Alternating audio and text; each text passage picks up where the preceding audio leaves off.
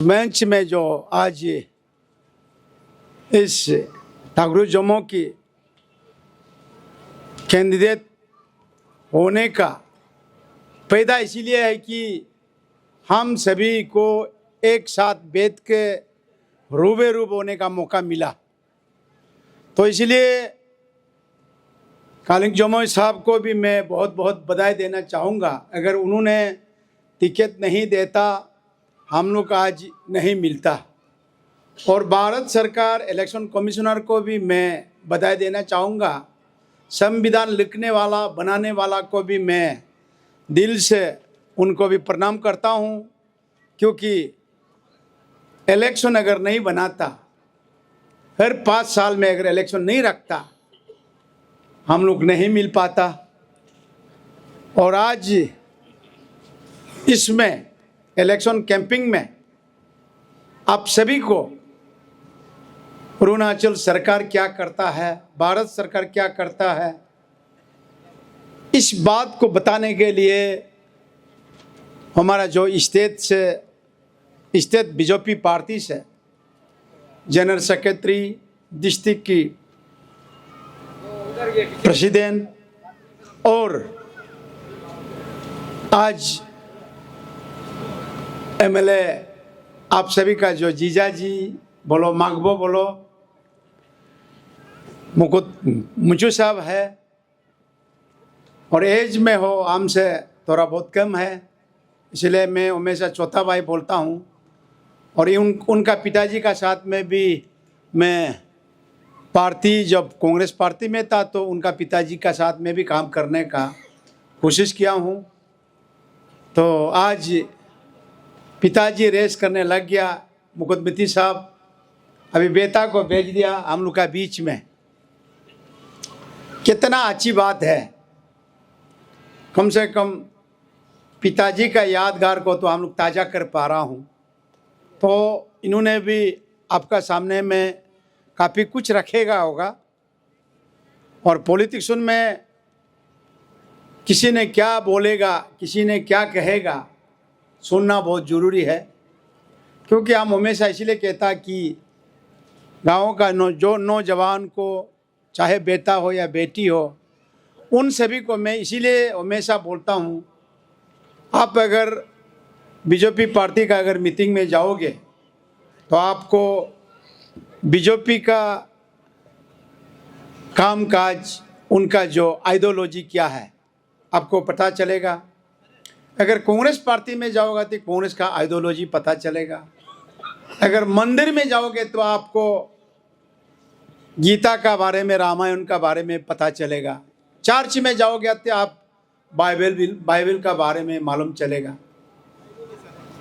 तो इसलिए मैं आप सभी का साथ फिर 5 साल नहीं है, 1 साल 6 महीना का बाद आज आप सभी को फिर मिलने का कोशिश कर रहा हूँ। तो इस मंच में जितना भी बीजेपी का कार्यकर्ता है, पद अधिकारी है, उन सभी को भी मैं सलाम करता हूँ। और मैं हमारा जो डिस्ट्रिक्ट का प्रेसिडेंट को मैं अनुरोध करता हूँ, जो जितना भी जो युवा मोर्चा हो, महिला मोर्चा हो, उन सभी को भी स्पीच करने का मौका देना है। क्योंकि नेक्स्ट जहाँ भी पार्टी का प्रोग्राम होगा, मीटिंग होगा, कैंपिंग होगा, उनको कम से कम आधा घंटा 1 घंटा पहले पहुँचने देना है और भाषण देने देना है। क्योंकि अगर आप हमेशा एक्टिव में रहेगा, चार्ज में रहेगा, तो आप कोई भी चीज़ को आमना सामना कर सकता है। तो इसलिए मैं उन सभी को भी मौका देना है। तो आज मैं ज़्यादा नहीं बोलूँगा, क्योंकि मैडम ने 1 घंटा ले लिया आप सभी को, और मांगने का तो जगह नहीं रह गया होगा, और आप सभी ने दे चुका है। मैडम जम्मू को आप लोग ने बूथ देने का वादा भी कर लिया, और अभी हम लोग उसका ऊपर में मांगना पड़ेगा। तो इसलिए मैं इतना ही कहूँगा कि अरुणाचल का सरकार, पेमा खांडू का सरकार इस जो 8-9 साल में इस ईटानगर नाहरलगुन ट्विन कैपिटल का लिए हमने जो जो मांगा, मेरा ओर से जो जो काम हमने करने का कोशिश किया, इस 8-9 साल में हमने 4 डिवीजन मांगा, पावर डिपार्टमेंट का, पीएचई का, डब्ल्यूआर का, आरडब्ल्यूडी का। हमने जैसे जैसे 4 डिवीजन मांगा, इन्होंने साथ साथ दे दिया। कम से कम यहाँ का स्टेट कैपिटल का जो माए बहन है, जो हमारा साथी है, जो बिजनेस करता है, उन सभी का लिए सुविधा। और हर कॉलोनी, सेक्टर कॉलोनी का जो बिल्कुल सड़क खराब था, उस सड़क को हमने सीसी पेड रोड में पैसा मांगा। उन्होंने कभी भी ना नहीं कहा, हाँ एमएलए साहब ये बहुत जरूरी है, बनाना है, और दिया। आज हम लोग हर कॉलोनी सेक्टर का कम से कम 60-70% हमने सड़क बन के रखा हूं, और इसका ऊपर में आप लोग चलता फिरता है। और यहाँ जस्ट नीचे में हमने इस पार से उस पार जाने के लिए, उधर से घूमने से कम 3-4 किलोमीटर लगता है, और यहाँ जो है सिर्फ 120 मीटर है, 120 मीटर है। इसमें हम पक्का ब्रिज बना के दिया। और आपका कॉलोनी में जो जो जरूरी है, जैसे कि सामने में स्कूल मैदान ने कहा कि G+2 हम लोग ने बना के दिया। जो जो इस पुलिस कॉलोनी का सुख और सुविधा के लिए जो जो जरूरी मांगा है, सरकार ने दिया। और हम सरकार में रहने का, और आप सभी को, आपको लाइट चाहिए, पानी चाहिए, सड़क चाहिए, हर चीज का सुख सुविधा चाहिए, सरकार ने आपको देने का कोशिश किया। और सरकार आपको सिर्फ 5 साल में क्या मांगता है?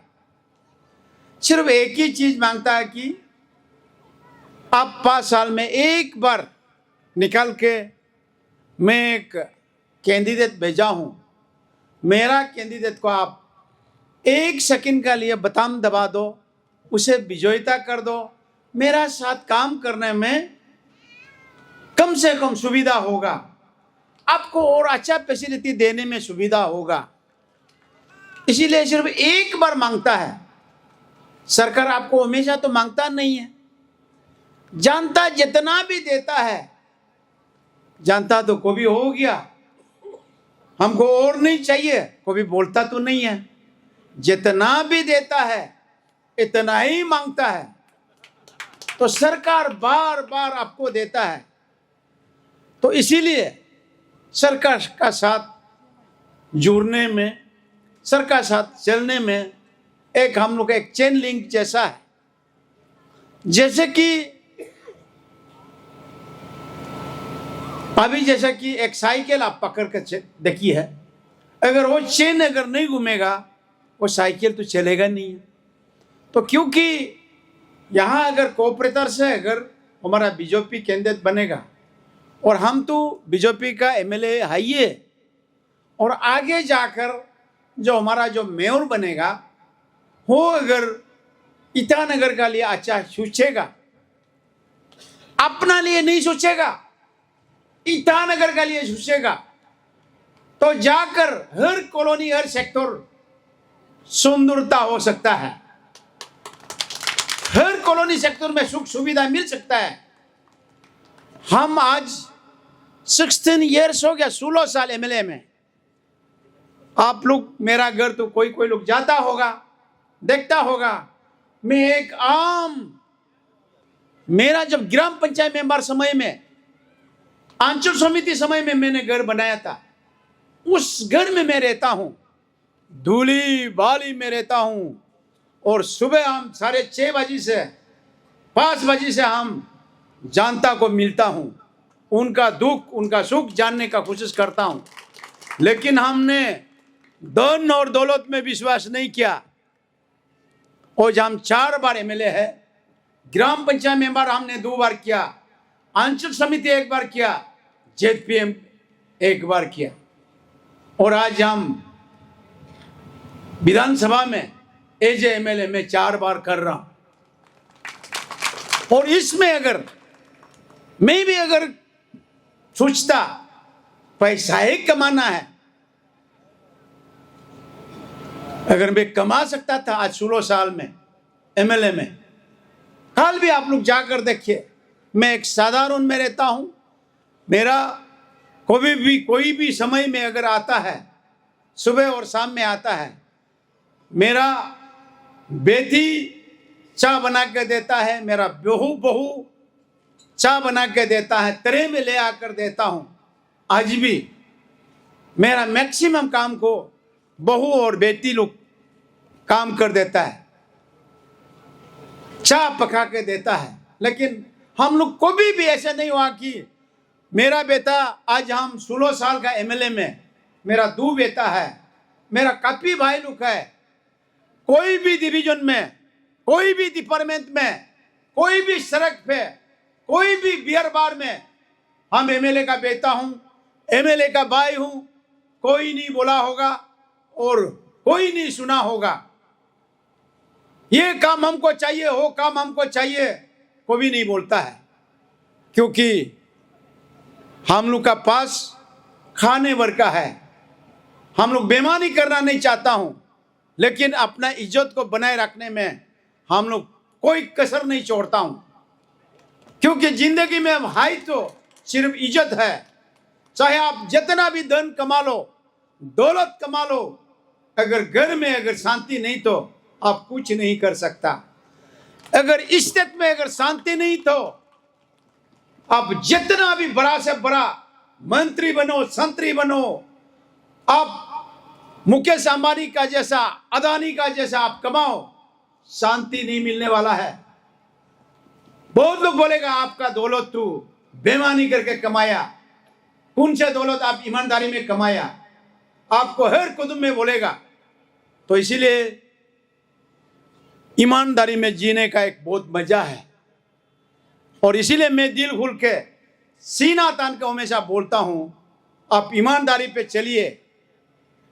जनता को आप कर पाता है तो सीधा बोल दो मैं जरूर करूंगा, नहीं कर पाता है तो आप अनाप शनाप वादा मत करो, क्योंकि वादा हमेशा टूट जाता है।